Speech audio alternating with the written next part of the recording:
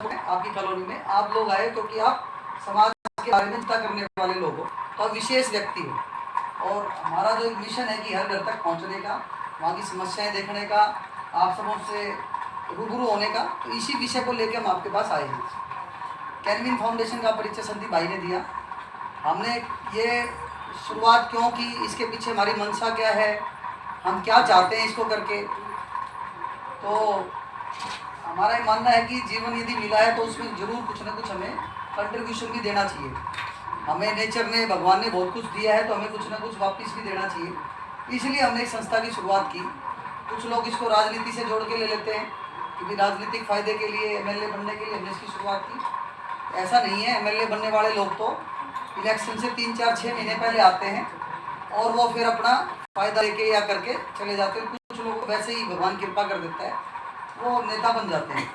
हम पिछले 4 साल से कोशिश कर रहे हैं और हमने आरोग्य धाम बना के एक ये प्रयास भी किया आप सभी को बताने के लिए। कैनविन फाउंडेशन का उद्देश्य जीवन भर का है कि हम अच्छी स्वास्थ्य सेवाएं एक आदमी के घरों तक कैसे पहुंचा पाए। एक शहर में मोटा मोटी 5-7 प्रॉब्लम होती हैं, या 5-7 चीज़ें प्राइमरी तौर पर एक इंसान को चाहिए, एक परिवार को चाहिए कि वो रोड सीवर हो, बिजली पानी हो, इंफ्रास्ट्रक्चर हो, सुरक्षा हो, उसके बाद रोजगार है, शिक्षा और चिकित्सा है।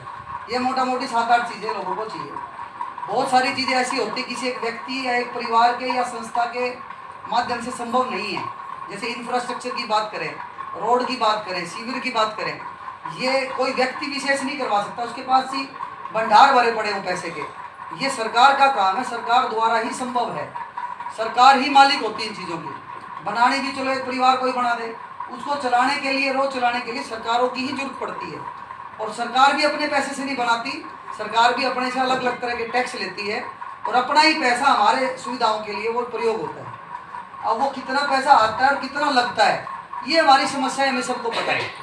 लेकिन यदि हम सिर्फ सरकार के या प्रशासन के भरोसे रहें तो भी हम अपने जीवन को आसान नहीं बना सकते। आज जो समस्याएं आप फेस कर रहे हो, कि वो सीवर की है या पानी जमा होने की है, आप बुरा मत मानना, या मानना तो इसके अपने जीवन में भी उसको प्रयोग करना है हमें। ये समस्याओं में हमारा भी योगदान है, हमारा खुद का भी योगदान है। जो प्लास्टिक हम यूज करते हैं उसको फेंकते हैं, पता है कहाँ जाता है वो? सारा उन सीवर और नालियों में जाम होता है।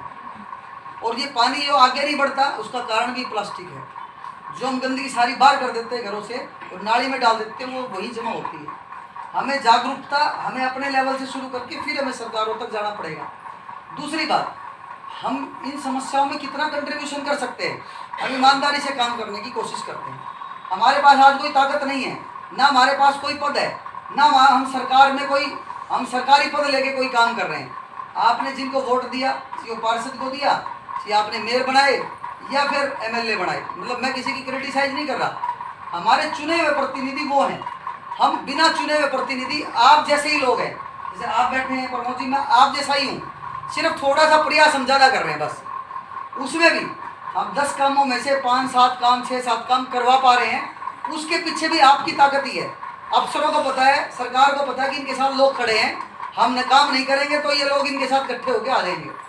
नवीन भाई ने पिछले 7-8 सालों से और ज़्यादा कोशिश की और पिछले 3-4 सालों से थोड़ी और ज़्यादा कोशिश की है, तो अब वो थोड़ी थोड़ी चीज़ें हमारी और रिजल्ट में कन्वर्ट हो रही हैं। जहाँ तक जय विहार की बात आती है, जय विहार में हम चल के देखेंगे कि समस्या कहाँ कहाँ ज़्यादा है अभी इस मीटिंग के बाद, और जितना हम कोशिश कर सकते हैं उतना हम अगले 2-3-4 दिनों में करवाने की कोशिश करते हैं। एक समाधान होता है टेम्परेरी, एक होता है परमानेंट। परमानेंट सोल्यूशन के लिए पैसा चाहिए, बजट चाहिए, और लाइन है, लाइन बिछानी है दोबारा, तो उसके लिए तो जी बहुत प्रोसीजर है।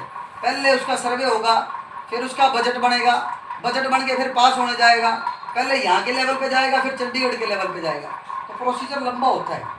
पहला समाधान क्या है? पहला समाधान यही कि जो रोग बढ़ा उसका इलाज पहले करें, तो साफ करना ही तो समाधान है ना जी।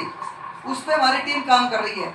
नई जेटी मशीन हमने खुद अपने पैसों से खरीदी, मतलब ये बताने की नहीं बातें कि कर रहे हैं तो चलो गिनाना नहीं है, उसमें जितना भी हो पा रहा है उतना हम कोशिश कर रहे हैं। आप साथ मिल के चलेंगे। कल हम एमसीजी कमिश्नर के यहाँ चलते हैं, आप 15 लोगों की कमेटी बनाओ, हम साथ चलते हैं, आप हमारे ऑफिस आओ 17 में, और वहीं से हम आपके साथ चलेंगे। आप थोड़ा संगठन आप बनाओ, हम आप साथ मिल के काम करेंगे। आपसे कहीं हम पीछे नहीं हटेंगे। आपसे ज़्यादा हम समय देंगे, ये हम आपको वादा देते हैं। और आप साथ रहोगे तो हम सारी समस्याओं का समाधान भी करने की पूरा प्रयास करेंगे। तो ये मेरी तरफ से बात है। बाकी देखो, मैंने जो बात कही जागरूकता वाली, वो सबको जरूर करनी पड़ेगी। समाधान भी हम ही है और उसका कारण भी हम ही है, ठीक है। जहाँ तक हमने एक विषय पकड़ रखा है हेल्थ का, आप उसमें कोई हमारी टीम से कमी हुई होगी, उसकी जिम्मेदारी हम पूर्ण तौर पे लेते हैं, पूर्ण तौर पे। मतलब उसमें हम ये नहीं कहेंगे सरकार का काम था। हेल्थ में किसी के साथ कोई गलती हुई हमारे से तो हम उसको ठीक करेंगे। तो हमने विषय एक ही पकड़ा जिसको हम कर सकते हैं। आज सफाई की जागरूकता हो, सफाई करवानी हो, पर्यावरण का ध्यान रखना हो, तो नवीन भाई कर रहे हैं और कैनविन फाउंडेशन की टीम हमारी ये काम कर रही है स्वास्थ्य वाला। इसके अलावा जितने तरह के आपके कार्ड बनते हैं, ये भी तो काम है। किसी को परिवार पहचान पत्र है, किसी की आय सर्टिफिकेट बनना है, किसी का अपना डोमिसाइल बनना है, आधार कार्ड की प्रॉब्लम है, वोटर ID कार्ड बनना है, ये सारी फ्री ऑफ कॉस्ट सुविधाएं हमारे यहाँ नीचे पॉलीक्लिनिक में भी हैं और समय समय पे उनकी टीम भी आती रहती है। अगर आप बोलेंगे तो आपके यहाँ पे मिल के जैसे बता रहे हैं, मैं ये जानना चाहती हूँ कि मैं आधार कार्ड बनवाने गई थी तो वो बोल रहे हैं कि बर्थ सर्टिफिकेट पे वो स्कैनर क्या वो होना चाहिए, जो प्रोसीजर है वो सरकार का तो। लेकिन अगर बच्चा उस टाइम पे जन्म ले चुका है, जब वो चीज़ नहीं होती, प्रोसीजर सरकार का है बहन जी, तो फिर कैसे होगा? जो सरकार का प्रोसीजर आसान बनाना हमारा काम है।